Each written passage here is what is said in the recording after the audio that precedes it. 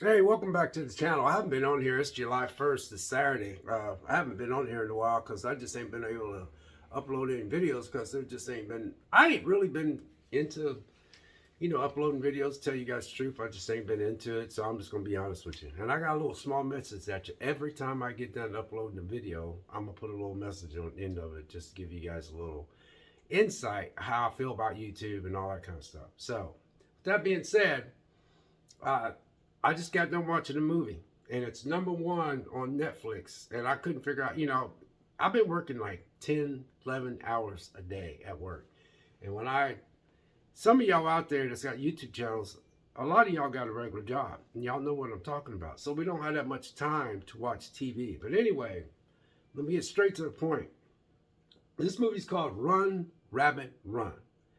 Now, I started watching this movie like a couple days ago, and I just was falling asleep because I was working almost 11 and a half, 12 hours a day because they going to let me work that much overtime. I'm going to yank them for all their money. But anyway, my factory, man, when they let the overtime out, they have to chase me out because them checks are fat. But anyway, I tried to sit down and watch this movie, and I was like, falling asleep.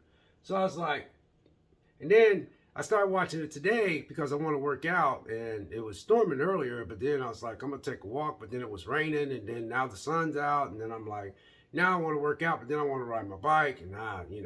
So I said, I'm going to try to finish this Run, Rabbit, Run, right? So it's #1 in movies today, is how Netflix has it. And then it also says, I'll read the plot synopsis and we'll go from there, okay?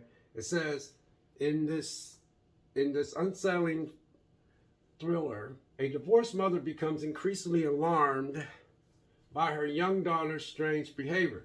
So, this is an Australian film, just to let you guys know. So, I started watching this movie, and I watched it last night and I fell asleep. And then I was like, well, this movie is pretty good. But then I got up this morning and I was like, I did a little laundry, and I'm like, I'm gonna finish that movie. So I fast forwarded because I didn't want to restart it. So I fast forwarded and I was like, okay, this is where I was at. So her daughter's acting strange, and she's like trying to figure out what's going on with her daughter. So it's kind of this movie kind of reminds me of a movie called Babadook or Babadook.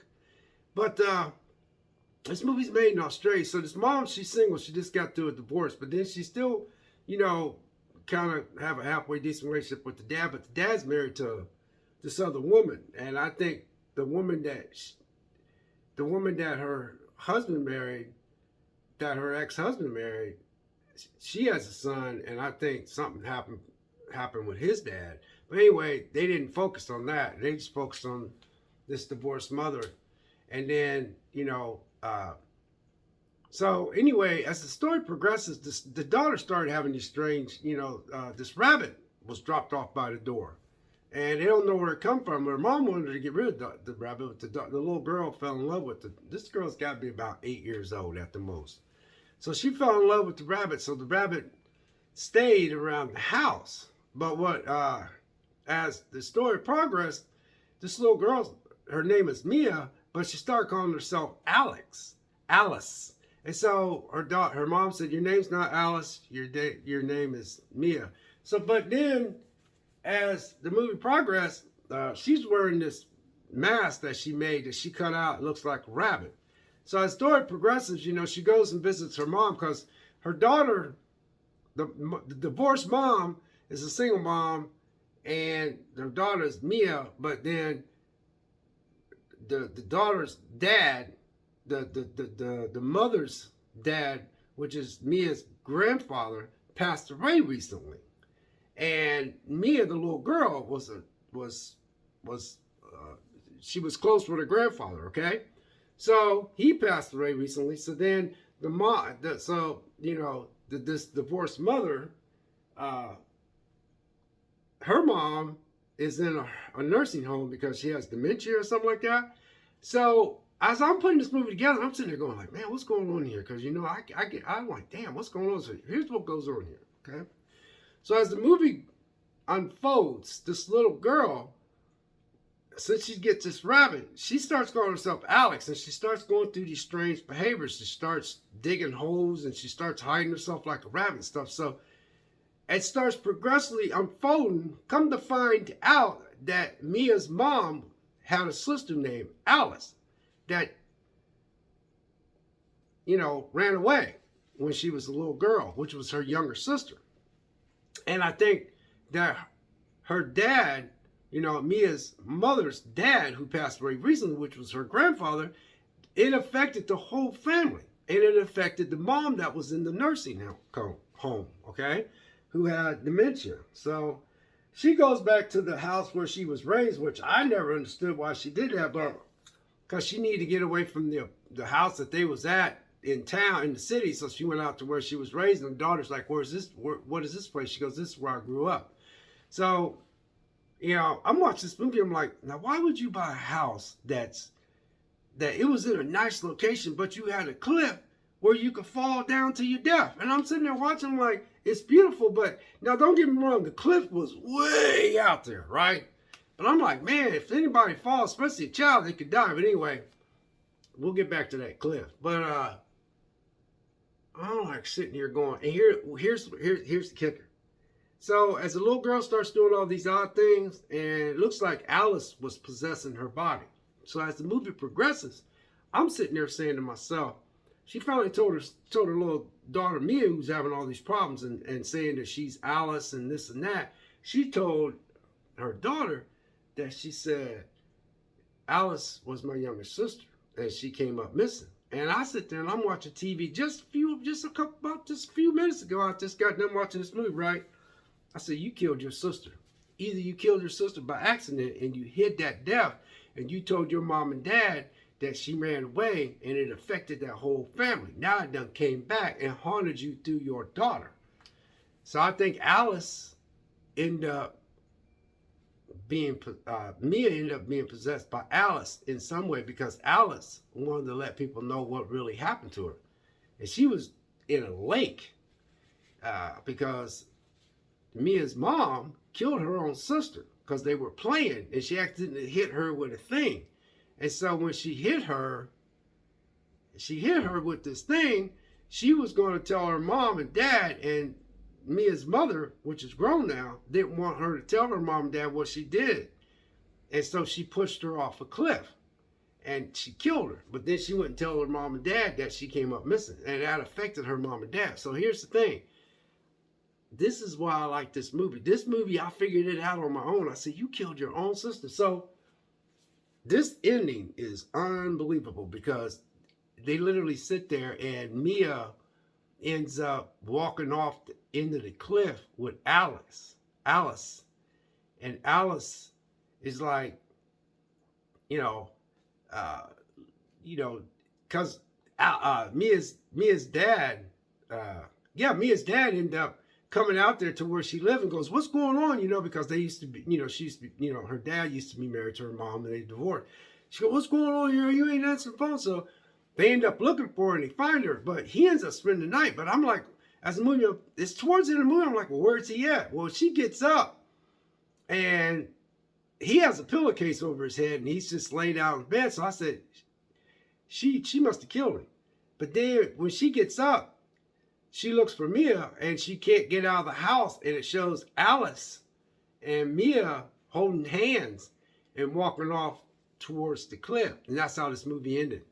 This is a kick-ass movie, man. Now, I don't like to cuss, but I'm just saying, this is a kick-ass movie. I'm like, wow, man. I can see why this is #1 in, on Netflix. But I didn't want to go this far. I seem like 6-minute videos are the best to me. But anyway, you guys get a chance, check this out.